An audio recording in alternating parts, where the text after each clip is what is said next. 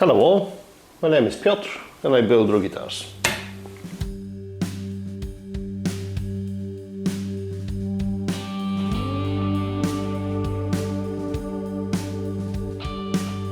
As you can probably tell, it's a fretting day. I've got the fret wire, all my tools I'll need today, because I'm not going to do the entire fretwork at once. I'm going to install the frets, cut them flush with the binding, and maybe sort out sharp corners, and that'll be it, because this neck cannot be adjusted at the moment as it is now. I need to carve it first to be able to adjust it, and to do the fretwork properly I need to be able to adjust the neck absolutely flat, so that will come later. Today I will just install the frets, which may be an interesting step because I've never done compound radius before, and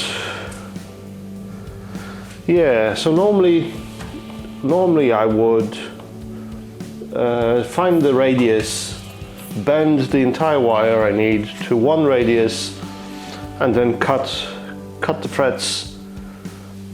But here I have, changing radius all the time, so yeah,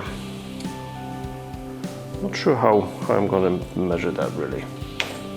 We'll see, I guess. Okay, as I mentioned, I will be hammering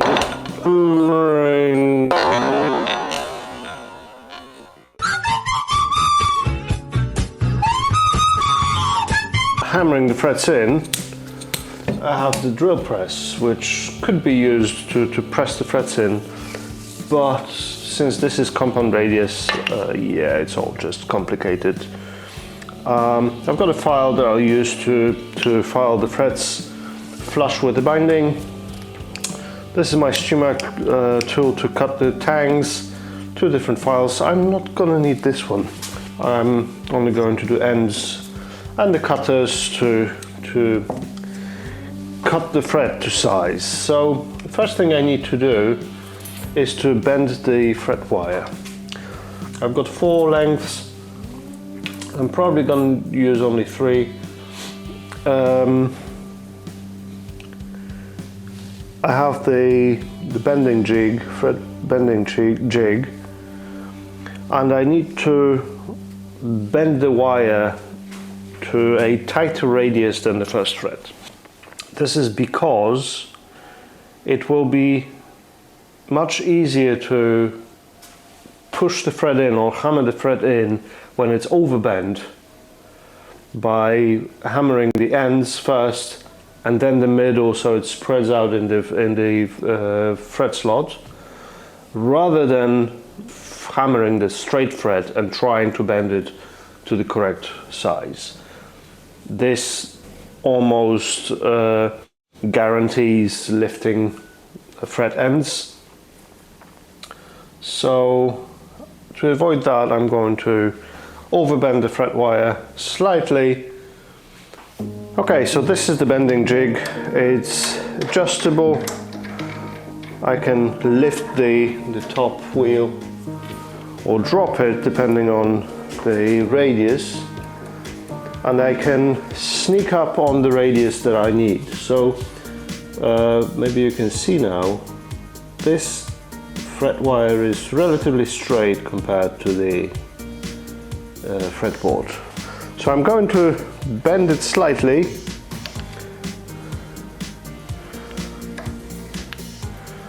and we'll see what it looks like afterwards. Still flat.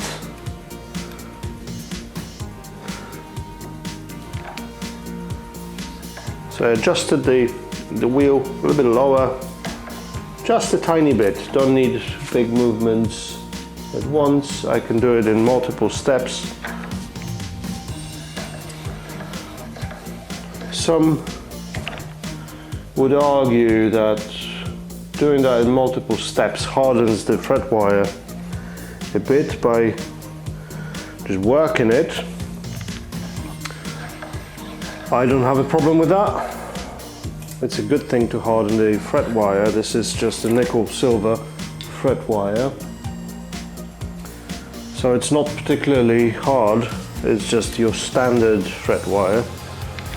So if that hardens it, that's only good.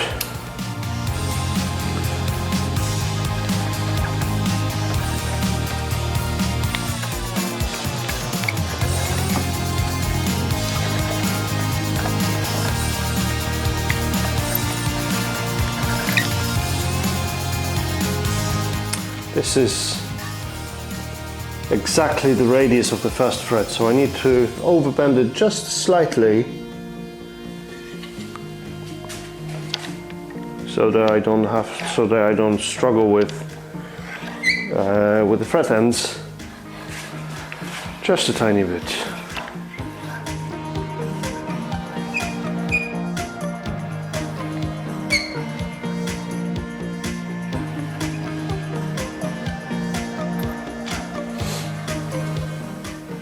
Okay, I'm very happy with it.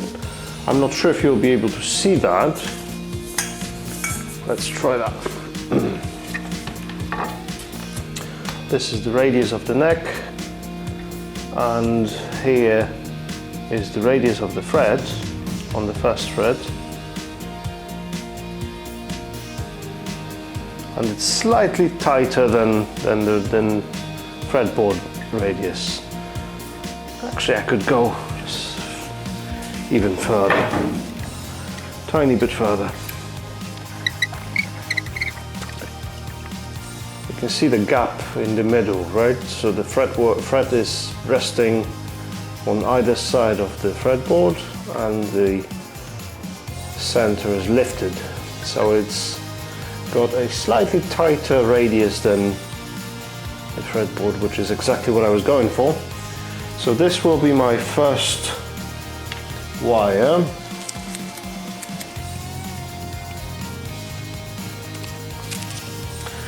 So the next section needs to be bent to this radius.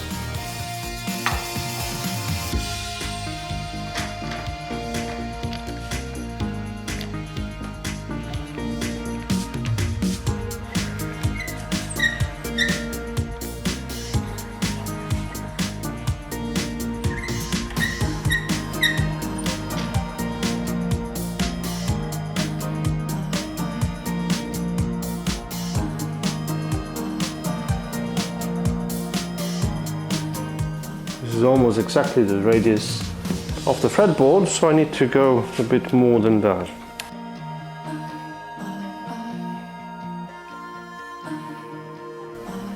Perfect. So again, this is the gap in the middle between the fret wire and the fretboard. Yeah, perfect. Let's see how far I can get with this wire. And last 4 frets is the third wire. Come on, 1, 2, 3, 4. That's the last 4 frets. And still too straight.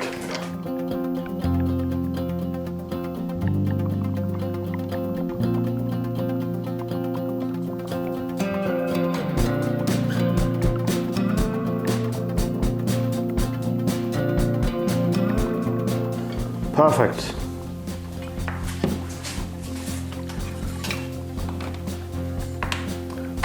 Last section, last 4 threads, and here is the radius.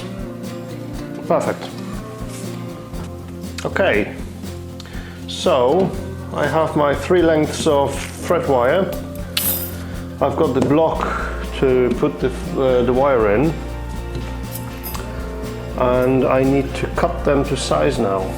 I'm going to skip the first 2 centimeters, I think, because there is a flat spot at the end, on both ends, and this is due to the well, nature of this jig, the bending jig.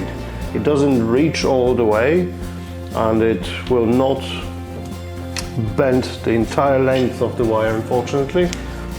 I'm going to use this for the offcuts.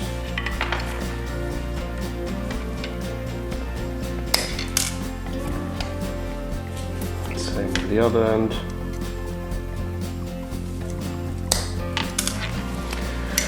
Okay. Right.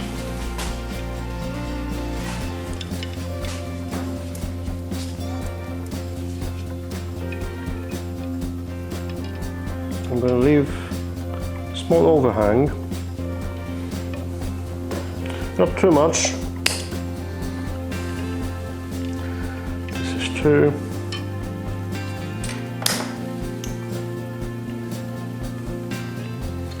This is 3.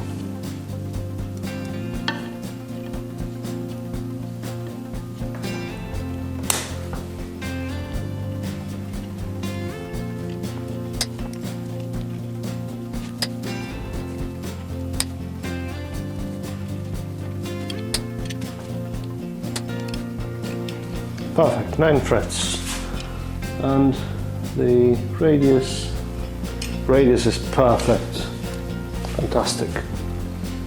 7, 8, ouch, and 9. Of course, I stabbed myself with a pointy thread. 9, yes. So moving on. Next tight radius is this, and again there are flat ends. Okay, I need a band-aid.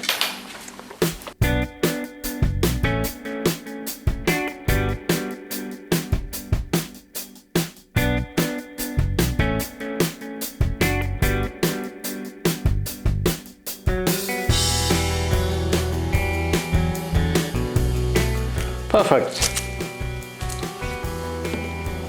That's the frets cut to size. Now I need to prepare them for fretting by, first of all, cutting the tang of each fret. And this is because, looking at the last fret, will be easiest to see. The fret slots are closed off by binding, so the fret cannot stick out from the fretboard. So that much of the tang on this side and that much on this side needs to be cut off for the tang to sit in the fret slot, and to let the crown extend over the binding. And this is the tool to do that. It's from StewMac, very good tool. It's the basic version. They have the more complicated one, which is more expensive. This one works just fine. So we can see that the tang is cut on one side, and only the crown will extend over the binding. I need to sneak up on the size. I don't want to remove too much of the tang, because that's what keeps the fret in the fretboard. If I remove too much, the fret will not sit in properly.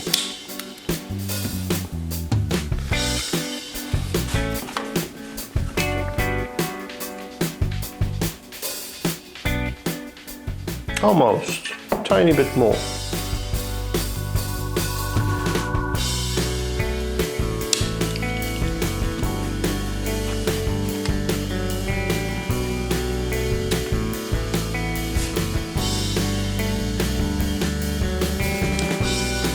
So the tang is slightly smaller, maybe 1 millimeter smaller than the fret slot, or shorter than the fret slot, And this is not enough for a couple reasons. The wood will expand and contract seasonally in this direction, so it will expand and shrink with moisture in the air, and the tang cannot be sitting at the binding because it needs to allow for that movement. If the fretboard shrinks and the tang is tight against binding on both ends, it will simply push the binding away. And also, it might be a good size now, but when I hammer it in, the thread will straighten up. So those edges will go out slightly, so I need to adjust for that as well. Okay, this is like 1.5 mil or 2 mil. This is perfect. That's one thread done. 21 to go.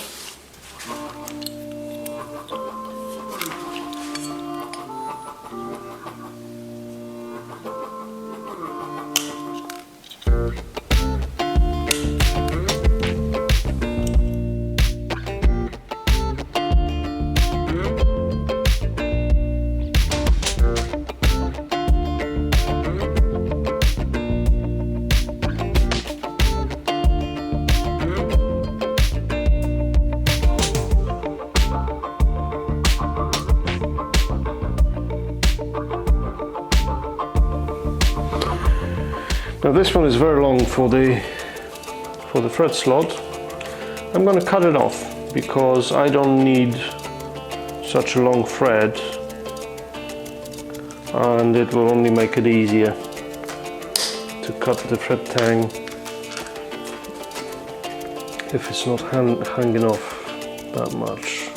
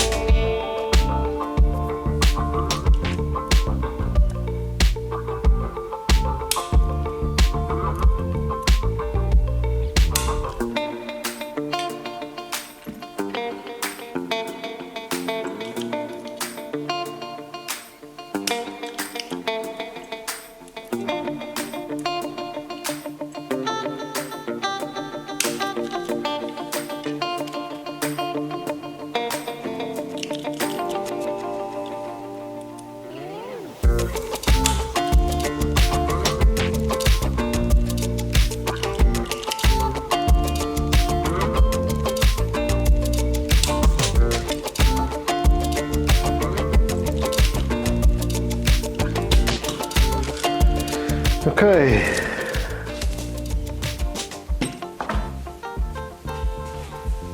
Okay, so you can see the tangs are cut on all the threads, but the problem still is that the remaining bit of the tang is still there, still sticking out. And to get rid of that, I'm going to use files and just file them off 44 times.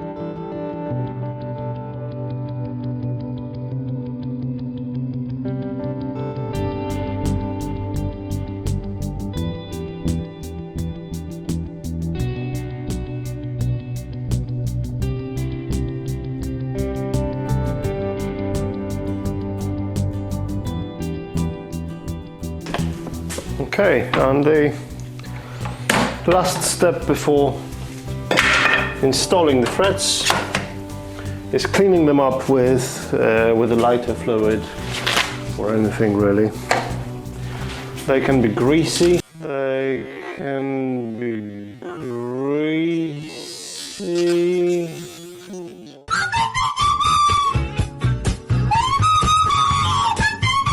Oh no.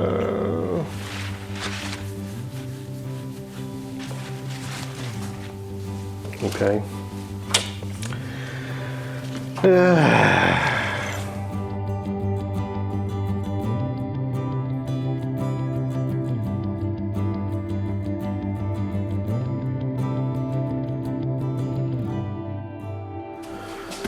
Okay, so after you bumped your frets on the table and mixed them all together, you have to sort them out and then clean them. This is called shellite, but it's a lighter fluid basically, and it's perfect for cleaning the frets. It gets all the grease off, all the gunk. And I'm cleaning the tang mainly because that's the part that will be stuck to the fretboard with the superglue.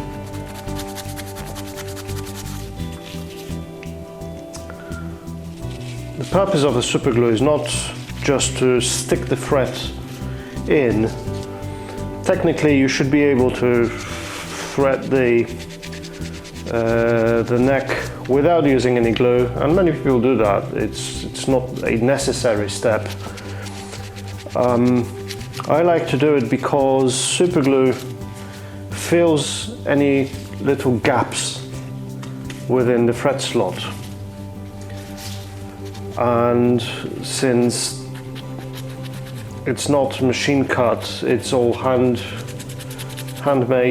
and the fret is not perfect either.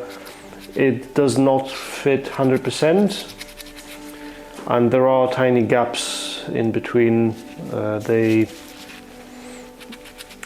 between the wood and the fret. Even the depth of the fret slot, well, the fret slot is deeper than the length of the tang. There is a lot of space in the fret slot, so I need to fill it up with the superglue just to solidify it. Superglue is great for fretting as well, because when you need to take the frets out, you simply heat them up with the soldering iron, and the glue comes off. So you can see how much stuff is on the fret.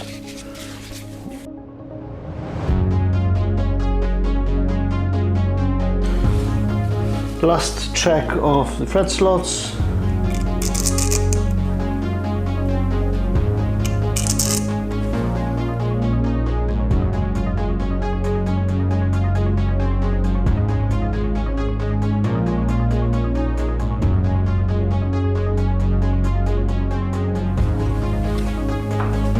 I will use the medium thin superglue because it flows easier and it will get into the fret slot. The thick one didn't really go in at all. And we need to fill the fret slot.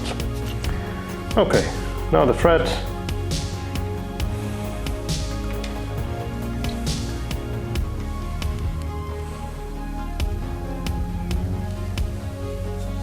And I'll start hammering with ends. Both ends in. And now the rest.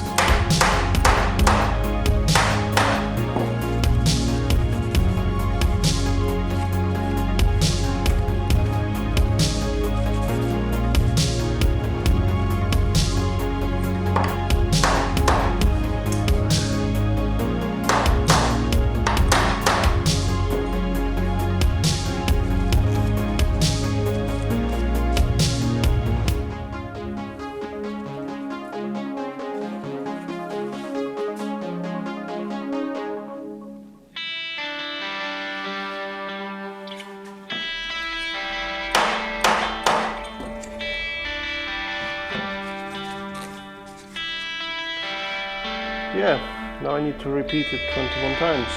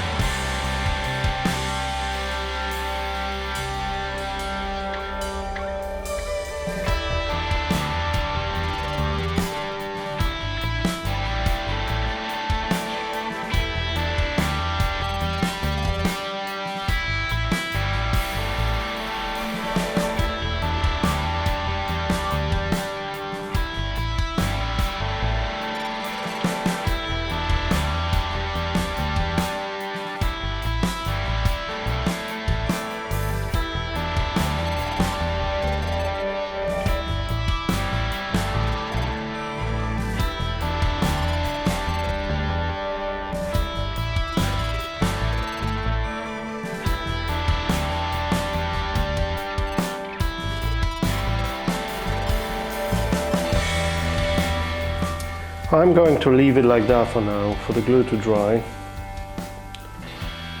And then I will take the file and shave the edges flush with the binding. Okay, so we are now several hours in. I wanted to let the glue dry completely, so that I'm not disturbing it. I've got this file from Crimson, which now I need to run like so and file off the fret ends that are sticking out. I'm going straight down now. I'm not introducing any bevel at the moment. I just wanted to have it flush with the fretboard.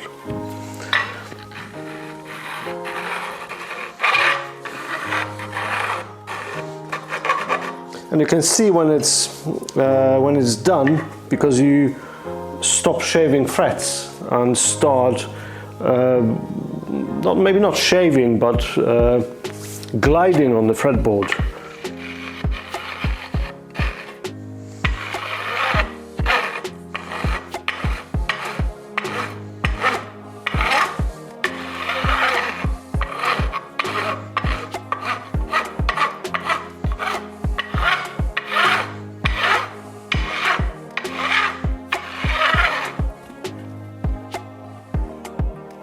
Okay, so I've started shaving actually the binding.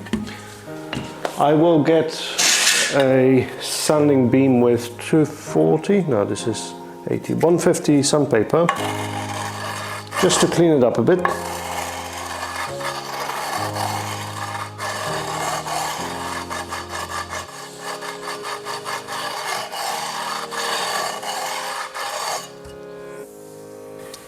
Right, so this side is done.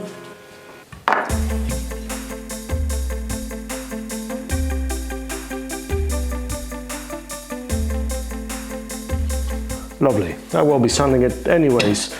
Now what I want to do is do a slight bevel in, because these threads are ending with 90 degrees now, and I want to introduce a slight bevel. I don't like a lot of angle here, because the more you angle that bevel in, the more thread you're losing. So there is a bigger chance of the string sliding off the thread when you introduce a large bevel. That's why I'm doing just a little angle.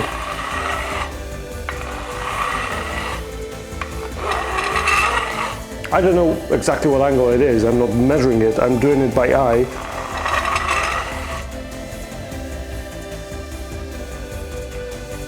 That's just for now though.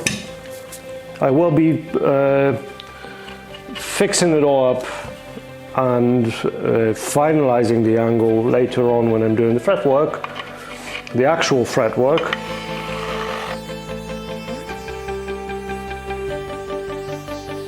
And that's enough for now. So the ends are filed. What I need to do as a last thing is to get rid of the sharp corners. So each fret end needs rounding over. I'm not going to do the whole crown, the ball at the end. What I'm going to do is get rid of the sharp edge on the base of the thread. And to do that, I have this file from Crimson, which has a safe edge here that is flat, and rounded over safe edge here. So one side, the flat side, when I pop it on the fretboard and file away this section here, it does not score the fretboard, but it rounds over the edge. And I need to do that for every thread on both sides. This will prevent sharp edges sticking out and hurting me while I play.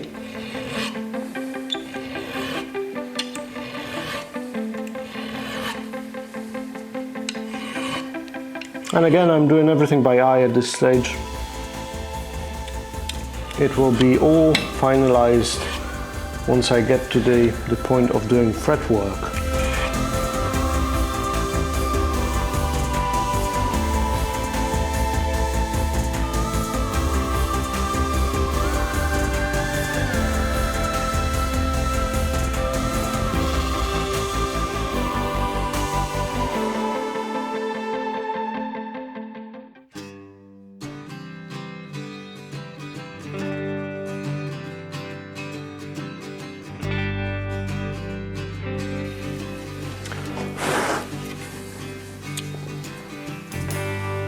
So this is what they look on this side, slightly rounded over, and they're no longer sharp to touch. I can wet my hand and yeah, not hurt myself.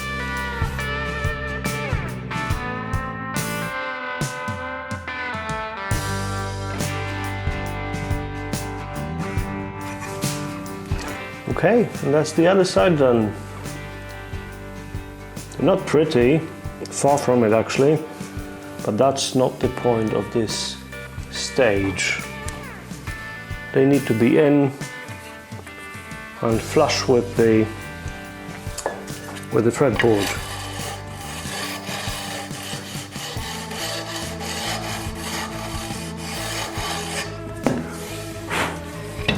Perfect. So yeah, this has been a long process, and it would be so much easier with the press, but yeah, maybe next one. I think the next step is to carve the neck and yeah, and maybe finish the neck first and then go over to the body. I don't know, we'll see. But I think carving the neck is next logical step. So I will leave it here for this week. It's been quite busy. Thank you very much for joining me. Thank you for watching, and thank you for your support and your comments and likes and all that. Thank you so much, and I will see you next week. Cheers.